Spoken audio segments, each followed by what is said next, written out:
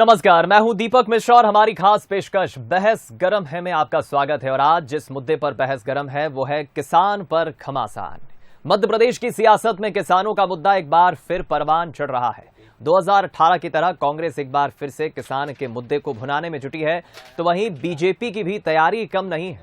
फिर चाहे चमक विहीन गेहूं की खरीदी हो या फिर खराब फसलों का मुआवजा, लेकिन कमलनाथ के बयान से सियासत तो गर्मा ही रही है। करेंगे आज चर्चा इस विषय पर, लेकिन उससे पहले देखिए रिपोर्ट। किसानों की आय नहीं बढ़ी है, हाय बढ़ी है। अब किसानों की जो हाय है आपको बाय करने वाली। कमलनाथ एक बार फिर वहीं लौटना चाहते हैं जहां से उन्होंने 2018 का सफर शुरू किया था और कांग्रेस का 15 साल का सूखा खत्म किया था। जी हां, किसान वो मुद्दा है जिसने सूबे में कांग्रेस की वापसी कराई थी। किसान कर्ज माफी के वादे के साथ सत्ता में लौटे कमलनाथ को लगता है कि 2023 में भी किसान ही उनकी नैया पार लगा सकता है। शायद इसलिए एक बार फिर वो किसान के मुद्दे को सूबे की सियासत में गरमाना चाहते हैं। किसानों की आय नहीं बढ़ी है, हाय बढ़ी है। अब किसानों की जो हाय है आपको बाय करने वाली है। शिवराज जी, जनता आपको पहले से ही झूठ की मशीन कहते हैं, लेकिन अब तो आपने प्रधानमंत्री को भी अपने झूठ में शामिल कर किसानों का कर्ज माफ बंद कर दिया। आपने किसानों का एमएसपी पर मिलते वाला बोनस बंद कर दिया।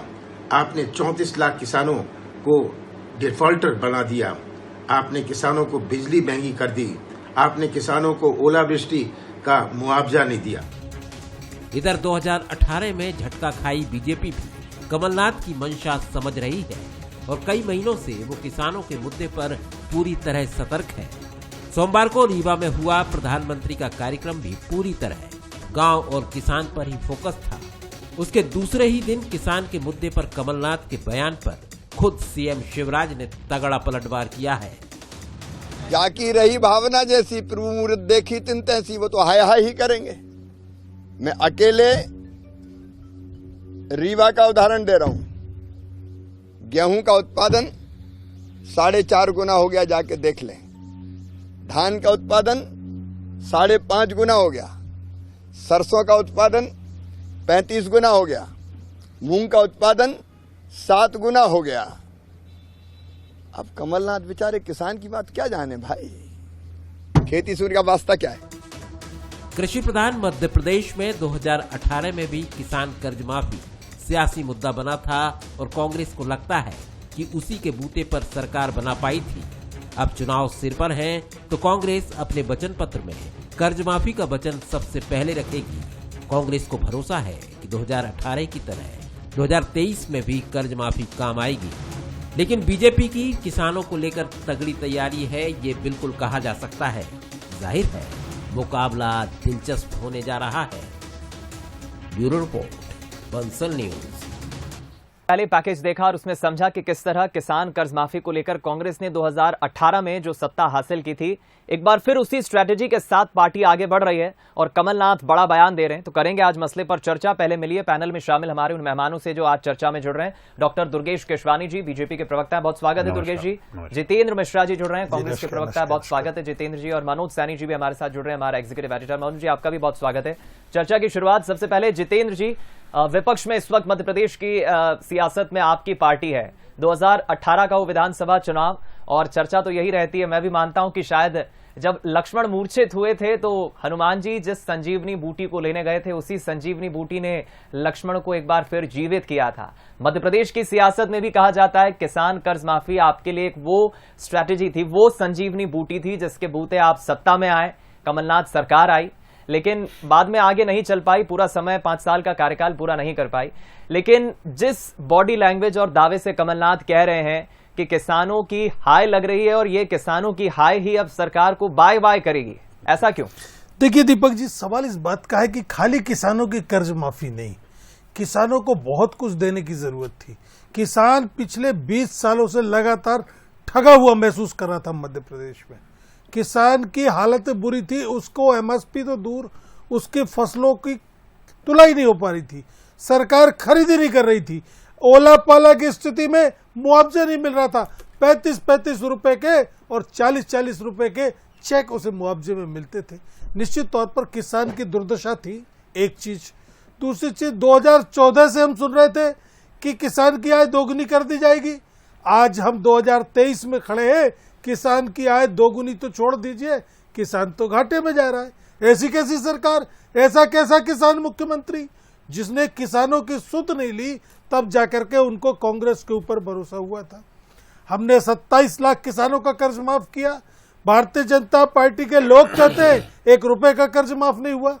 हमने ये दिखाया कि भारतीय जनता पार्टी के मंत्री ने सदन में खड़े होकर कहा, कमलनाथ सरकार ने, कांग्रेस की सरकार ने 27 लाख किसानों का कर्ज माफ हुआ है। जब जाकर के इनकी समझ में आई, हाँ कुछ कर्ज रह गया माफ होने से, इसलिए किसान हमारी तरफ आशा भरी नजरों से देख रहा है। आज ये बताइए, आप घाटे में जा रहा है खेती का व्यवसाय, अगर 100 रुपए में 100 यूनिट देने की बात करती है तो उस सरकार की तरफ तो निगाहें रखेगा कोई भी मतदाता हो, मध्यम वर्गीय हो। आज घर चलाने में कितनी मुसीबतों का सामना करना पड़ रहा है उस गरीब परिवार को, उस मध्यम वर्गीय परिवार को। दीपक जी, सिलेंडर भरवा नहीं पा रहा है, वो 1150 तक सिलेंडर चला गया है। इस स्थिति में जहां 400 रुपए में हम सिलेंडर दिया करते थे, आज 1100 रुपए में किस मुंह से वोट मांगने जाएंगे। और आपने देखा इसकी दुर्दशा इनकी हुई इस महापौरों के चुनाव में, स्थानीय निकाय के चुनाव में। 5 पर कांग्रेस जीती, 2 पर निर्दलीय और 2 पर हम 300 वोटों से हारे। कहा एक जमाने में 16 के 16 महापौर इनके हुआ करते। चलिए, इस पर मैं दुर्गेश जी से जवाब दूंगा, लेकिन जितेंद्र जी मुझे बस संक्षिप्त में ये बताइए, 18 की तरह क्या 23 में भी किसान कर्ज माफी के बूते सत्ता हासिल कर लेगी पार्टी? जितेंद्र जी, मेरा आपसे ही सवाल है। हाँ, नहीं देखिए, सत्ता हासिल करना दीपक जी उद्देश्य नहीं है। उद्देश्य किसान की बेहतरी की दिशा में काम करना, गरीब को गरीबी से बाहर निकालना, ये उद्देश्य है। और उसका परिणाम 2018 में आपने देखा। ये बहुत अच्छी बात है कि सत्ता में आना हमारी कोशिश नहीं है, हमें तो हमारा ये है कि किसी तरीके से किसान की हालत सुधर जाए। अच्छी बात है, किसी तरीके से महंगाई पर अंकुश लग जाए। ठीक, मैं लौटूंगा जितेंद्र जी। डॉक्टर दुर्गेश जी का मैं रुख करूंगा। दुर्गेश जी, कैसे डिफेंड करेंगे आप कमलनाथ को? आपने सुना, जितेंद्र जी की बात भी आपने सुनी, किसानों को लेकर जो वो तर्क रख रहे हैं, कह रहे हैं, क्या कहेंगे? देखिए दीपक जी, कांग्रेस मतलब जिस तरह से आज कमलनाथ जी ने जो बयान दिया है, मुझे लग रहा है जनता जिस तरह से उनको नाकार चुकी है। जो 973 वचन कमलनाथ ने 2018 में झूठ बोले थे, इसलिए जनता चाहती है कि जो जनता की हाय है वो कांग्रेस को लगेगी।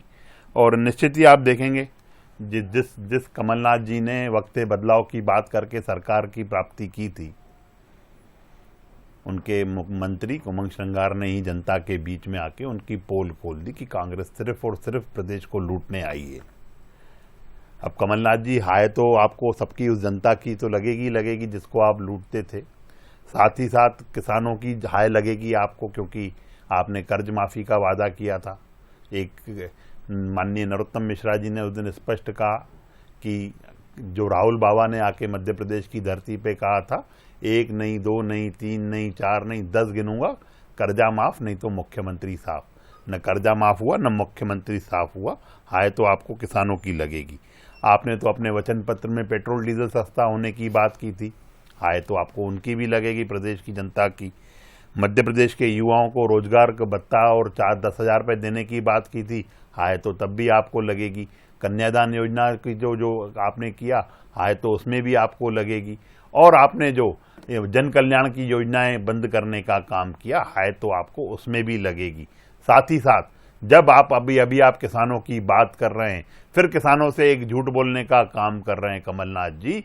जब आप सरकार में थे, हम लोगों के हमारे नेता सभी, माननीय शिवराज जी, नरोत्तम जी, वीडी शर्मा जी, सभी लोग आपसे बोलते थे कि वो सूची उपलब्ध करा दो कि किसानों के खाते में वो सम्मान निधि हम भेज दें, पर आपने वो सूची उपलब्ध नहीं कराई। हाय तो आपको उसकी भी लगेगी। और निश्चित रूप से अब आपका समय है कि आप प्रदेश की जनता से माफी मांगें और उनको जो झूठे वचन दिए थे उसके लिए प्रायश्चित करें आप, नहीं तो हाय आपको निश्चित रूप से लगेगी। लेकिन दुर्गेश जी, कई कांग्रेस के नेताओं को मैं सुनता हूं, वो ये कहते हैं कि साहब हमें तो 5 साल का कार्यकाल ही नहीं मिला, हमें समय ही नहीं मिला, तो कैसे हम पूरे वादे कर पाते? देखिए, वो इसलिए नहीं कर पाए दीपक जी पूरे ये वादे, क्योंकि जो इनके जो कोर इश्यूज थे वो उससे भटक गए। कर्ज माफी की जगह कमलनाथ जी को सलमान और जैकलिन के साथ आईफा अवार्ड दिखने लगे मध्य प्रदेश में। युवाओं को ढोर और ढोल चराने पे लगा दिए आपने।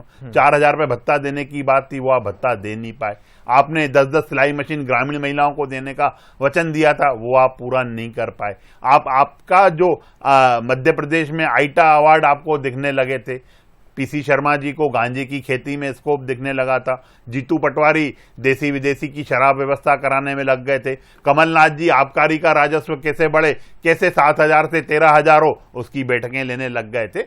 इसलिए ये सरकार अपने बोझ तले गिर गई। आपका जो कोर इश्यूज थे, आप जब उससे भटक जाते हो और आप अपना वजन नहीं उठा पाते हो, इसलिए आपकी सरकार गिरी और नतीजा आपके सामने कि हमें फिर अपनी सरकार बनानी पड़ी, फिर जन कल्याण के काम शुरू करने पड़े, फिर वो योजनाएं लेके आनी पड़ी। और अब तो मैं मध्य प्रदेश के मुख्यमंत्री जी को भी धन्यवाद देता हूं कि उन्होंने महिला सशक्तिकरण की ओर एक कदम और बढ़ाते हुए लाडली बहना जैसी योजना मध्य प्रदेश में लाई। जनता 1 करोड़ से ज्यादा उसमें रजिस्ट्रेशन होने का काम हो गया। तो ये कारण है कि जब आप जन कल्याण करते हो ना, तो जनता बार बार आशीर्वाद देती है। दीपक जी, यही कारण है कि आज कमलनाथ जी बैठ के पढ़ रहे हैं कि उनको हाय लगेगी, निश्चित रूप से उनको हाय लगेगी कि आपने जो 973 वचन दिए वो वचन पूरे नहीं कर पाए कमलनाथ जी। चलिए, मैं लौटूंगा आपके पास। दुर्गेश जी की भी हमने बात सुनी, मनोज सैनी जी का अब हम रुख करेंगे। मनोज जी, अब क्या कहेंगे? बीते दिनों से हम देख रहे हैं, कमलनाथ हो, शिवराज सिंह चौहान हो, दोनों ही दिग्गज नेताओं के बीच जिस तरह की बयानबाजी हो रही है, एक दूसरे पर या एक दूसरे के राजनीतिक दलों पर कटाक्ष किया जा रहा है, उससे इतना समझ आ रहा है कि अनेकों मुद्दों को लेकर 2023 के विधानसभा चुनाव में भी दोनों ही राजनीतिक दल जनता के बीच जाएंगे और सच्चाई लाने की कोशिश करेंगे। लेकिन किसान कर्ज माफी का मुद्दा, कमलनाथ का यह बड़ा बयान, कैसे देख रहे हैं? देखिए, ये बात सच है कि 2018 में किसान कर्ज माफी के नाम पर ही कांग्रेस की वापसी हुई थी और 27 लाख किसानों के कर्ज माफी करने की जो बात कही जाती है, विधानसभा में कहा भी गया था। लेकिन 27 लाख किसानों का जो कर्ज माफ करने की बात कही गई थी, 2 लाख रुपए कर्ज माफ करना था। सरकार की तरफ से वो कर्ज उतना, उस राशि यानी 2 लाख का माफ नहीं हुआ। कुछ लोगों का 50,000, कुछ लोगों का 1 लाख, इस तरह से कर्ज माफ किया गया।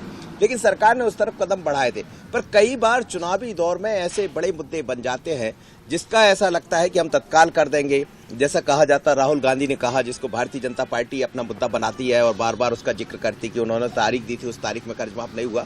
पर ओवरऑल हम देखते हैं दीपक, तो इस बार भी किसान कर्ज माफी की बात कांग्रेस भी करेगी।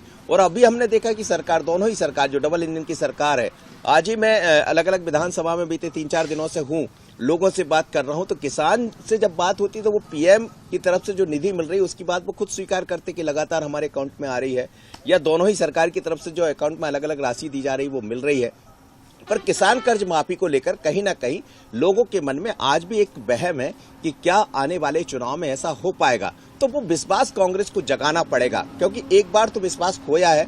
वजह ये रही कि 5 साल के लिए सत्ता में रहना चाहिए था, वो 2020 तक की सरकार में रही। पर जिस तरह का माहौल दिखाई दे रहा है, चाहे बीजेपी की बात करें या कांग्रेस की, अभी लाडली बहना एक नई योजना लेकर सरकार आ गई, यानी एक महिलाओं को साधने का प्रयास है। लाडली लक्ष्मी जैसी योजना भी भारतीय जनता पार्टी सरकार के सामने, उसकी तरफ हम देख रहे हैं। तो कांग्रेस ने अपने वचन पत्र में गैस कनेक्शन माफ करिए, गैस टैंकी 500 रुपए में देने की बात कर दी, 1500 रुपए देने की बात कर दी। तो चुनाव बहुत ही दिलचस्प है।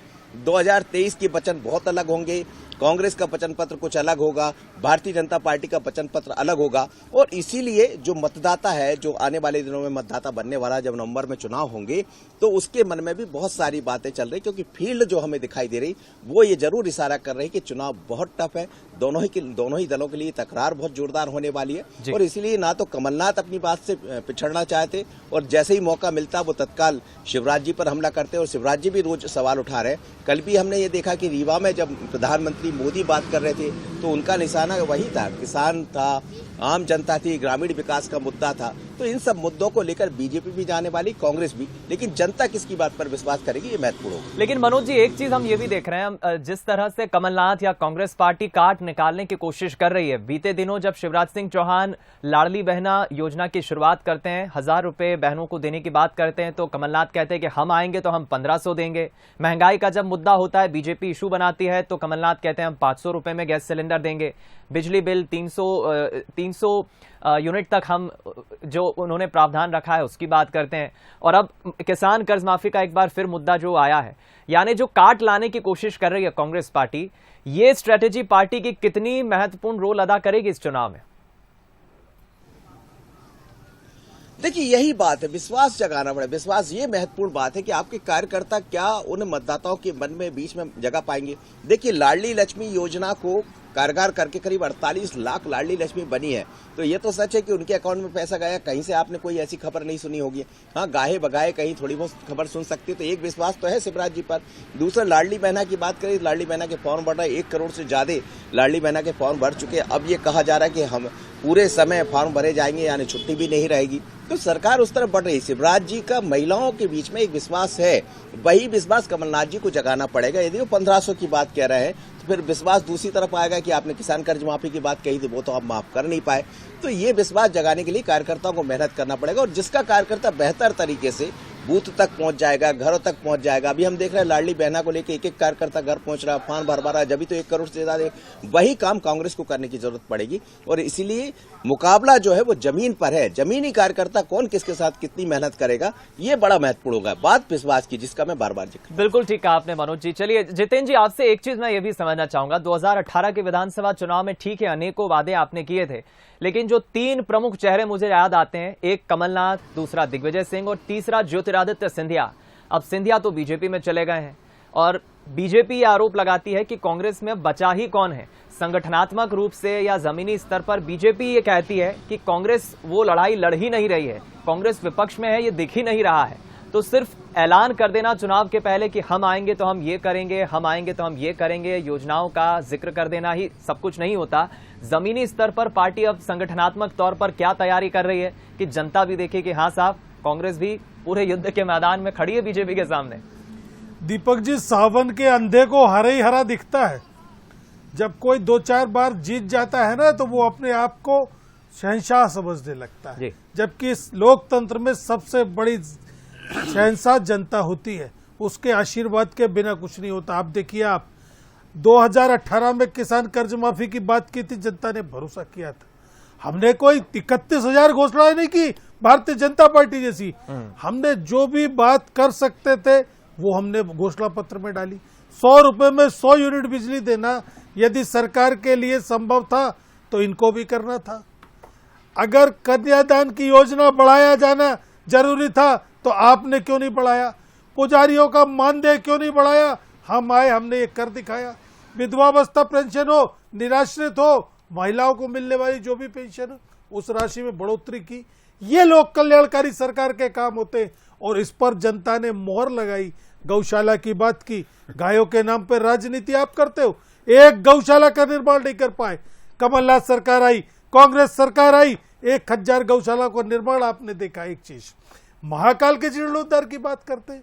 महाकाल के जीर्णोद्धार के लिए 1 रुपए का बजट नहीं था आपके पास, लेकिन हमारा दिल देखिए, हमने 300 करोड़ रुपए की राशि स्वीकृत की, महाकाल के जीर्णोद्धार का काम चालू हो गया था। एक चीज, राम मनगमन पथ, इतनी महत्वाकांक्षी योजना है मध्य प्रदेश सरकार की, लेकिन आपको तो सिर्फ राम के नाम से मतलब है, राम के नाम से वोट लेने से मतलब है। राम मनगमन पथ अगर बन जाता मध्य प्रदेश में, तो ये पर्यावरण की दृष्टि से, पर्यटन की दृष्टि से, धार्मिक दृष्टि से इतनी बड़ी योजना थी कि मध्य प्रदेश के विकास को, दीपक जी, पंख लग जाते।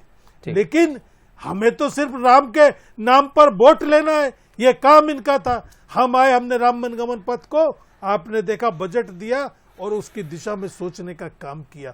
अब आप ये देखिए हमारा विश्वास कैसे किया जनता ने, और आगे कैसे करेगी। मैं इस पे जवाब 16 के 16, दीपक जी मैं अपनी बात खत्म कर रहा हूँ। 16 के 16 महापौर भारतीय जनता पार्टी के पास होते थे। आज ये स्थिति है, 5 हमारे पास है, 2 निर्दलीयों के पास है। भारतीय जनता पार्टी को आईना जनता ने दिखाना शुरू कर दिया है। चलिए, मैं दुर्गेश जी का चेहरा देख रहा था, और वो शायद जब जितेंद्र जी कह रहे थे तभी दुर्गेश जी समझ रहे थे कि मुझे अब कैसे जवाब देना है। दुर्गेश जी के पास रटा रटाया जवाब है। कोई कर्ज माफ नहीं हुआ। दुर्गेश जी क्या कहेंगे? ये भारतीय जनता पार्टी रटा के भेजती है इन्हें। दुर्गेश जी क्या कहेंगे? दीपक जी, मेरा निवेदन है, मनोज जी भी सुन रहे हैं इस बात को, कि एक डिबेट ऐसे करिए कि सिर्फ इनको बोलने का मौका दीजिए। ये अपनी कम से कम वो बात तो कम से कम कर पाएंगे, क्योंकि ये सुन नहीं पाते हैं अपना जो इनके क्रियाकलाप है। अब मेरी बात आ जान दीजिए, मेरी बात आ जान दीजिए। देखिए, मनोज जी ने अभी स्पष्ट रूप से कहा कि जमीन पर चीजें दिखनी चाहिए। जमीन पे अगर कोई दिखता है तो वो भारतीय जनता पार्टी का कार्यकर्ता है। कांग्रेस के लोग कितना ही झूठ फैला लें, कितना ही भ्रम फैला लें, कितना ही छल कर लें, कितना ही कपट कर लें, जनता अच्छी तरह से समझती है। कोरोना काल जैसी आपदा में हमने गेहूं का एक एक दाना परचेज किया। और जो मनोज जी जमीन पर आने की बात कर रहे हैं, तो भाजपा का कार्यकर्ता 24/7 365 दिन 5 साल जमीन पे रहता है। ये तो व्हाट्सएप फेसबुक वाले नेता हैं। और जो आप इनको मेरी प्लीज बात आ जाने दीजिए, ये डिस्टर्ब मत करिए, ये डिस्टर्ब करेंगे आप, ये डिस्टर्ब नहीं करेंगे। फेसबुक और व्हाट्सएप पे नहीं बनी थी। नहीं आप कहीं जमीन पे नहीं हो, कहीं जमीन पे नहीं हो। और गौशाला अगर बनाते तो इनके नेता दिग्विजय सिंह जी ट्वीट करके कमलनाथ को नहीं बोलते कि पुण्य का काम है, गौशाला बना लो, आपने वचन दिया है मध्य प्रदेश की जनता को। जी की सबसे बड़ी ये महाकाल लोग की बात कर रहे हैं यहाँ पे, जिन्होंने भगवान श्री राम पर प्रश्न चिन्ह लगा के, जिन्होंने भगवान श्री राम पर करोड़ों रुपए खर्च करके मंदिर नहीं बने, इसलिए ये काम करने का काम किया। और महाकाल लोग की परिकल्पना कमलनाथ जी करेंगे। अरे कमलनाथ जी, आप लोग तो सिर्फ झूठ बोलने का काम करते हो, चिल्लाने का काम करते हो चैनलों पर। क्या जवाब है? क्या है? भ्रष्टाचार होता तो आप अदालतें जाते, मीडिया के समक्ष जाते, पर नहीं आ पाए। दीपक जी, ये झूठ बोलने वाले लोग हैं, चिल्ला कर बोलने वाले लोग हैं, सब मिलकर बोलने वाले लोग हैं। चलिए, ये तो अब जनता तय करेगी कौन झूठ बोल रहा है, कौन सच बोल रहा है, क्योंकि कांग्रेस ये तर्क कहती है कि साहब जो वादे हमने करने की बात कही थी, समय मिला नहीं। और यही शायद आरोप बीजेपी भी समय समय पर लगाती है कि जो वादे आप पूरे नहीं कर पाए, ऐसे झूठे वादे आप पार्टी करती क्यों है जनता से। बहरहाल मनोज जी, संक्षिप्त में आपकी टिप्पणी चाहूंगा। आपने दोनों मेहमानों को सुना, अनेकों ऐसे मुद्दे हैं और हम देखते हैं समय समय पर यही कारण है कि दोनों राजनीतिक दलों के बीच टकराव भी होता है। अनेकों वादे हैं जो शायद कांग्रेस ने सत्ता में आने से पहले किए थे, लेकिन समय मिला नहीं। बीजेपी उन विषयों को, उन योजनाओं को मुद्दा बनाती है और 2023 का रण भी कुछ इसी तरफ ज्यादा दिखाई दे रहा है। मनोज जी, देखिए दीपक, निश्चित रूप से अब ये बातों में काम नहीं होगा। बात कांग्रेस करे या भारतीय जनता पार्टी करे, जनता को जिस बात की तरफ मैं इशारा कर रहा था, विश्वास और भरोसा आपको जताना पड़ेगा। सिर्फ कहने से ना तो वो आप पर भरोसा करे, ना बीजेपी पर भरोसा करेगी, ना कांग्रेस पर भरोसा करेगी, क्योंकि अब चीजें बदली है। अब सोशल मीडिया का युग है, तमाम तरह की चीजें हैं, तो वो खुद अपना आकलन करना जानता है और जनता बहुत जागरूक हो गई। इसीलिए 2023 के चुनाव में प्रधानमंत्री मोदी को आना पड़ रहा है या वहां की तमाम लीडर अभी से आना शुरू कर दिए। लेकिन ये बीजेपी की ताकत है। बीजेपी समझती कहां कमजोरी है, उसको बेहतर किया जाए, और कांग्रेस भी उसी राह पर आगे बढ़ रही। इसलिए बार बार कमलनाथ के बयान भी उसी तरह के आते हैं, शिवराज सिंह चौहान के बयान भी आते हैं और फिर वरिष्ठ लीडर आते हैं। लेकिन इंतजार है कि कांग्रेस के वरिष्ठ लीडर भी मोदी की तरह दिखाई देंगे, क्योंकि जरूरत पड़ने वाली इन तमाम तरह की चीजों की चैलेंज, मुकाबला बहुत बड़ा है। हम लगातार फील्ड में देख रहे हैं और दोनों दल की धड़कनें बड़ी हुई है। दीपक, बिल्कुल ठीक कहा आपने मनोज जी। बातों और वादों से अब काम चलेगा नहीं। जो आपने काम किया है जनता उसे भी आंकेगी, उसे भी तौलेगी और जनता ही तय करेगी कौन झूठ बोल रहा है, कौन सच बोल रहा है। और कमलनाथ जिस हाई की बात कह रहे हैं, इसमें भी कितनी सच्चाई है, समय के साथ पता चलेगा। चलिए, फिलहाल बहस गरम में इतना ही। मनोज जी, दुर्गेश जी और जितेंद्र जी, आपका तीनों का बहुत शुक्रिया। फिलहाल खबरों का सिलसिला जारी है, दीजिए इजाजत, नमस्कार।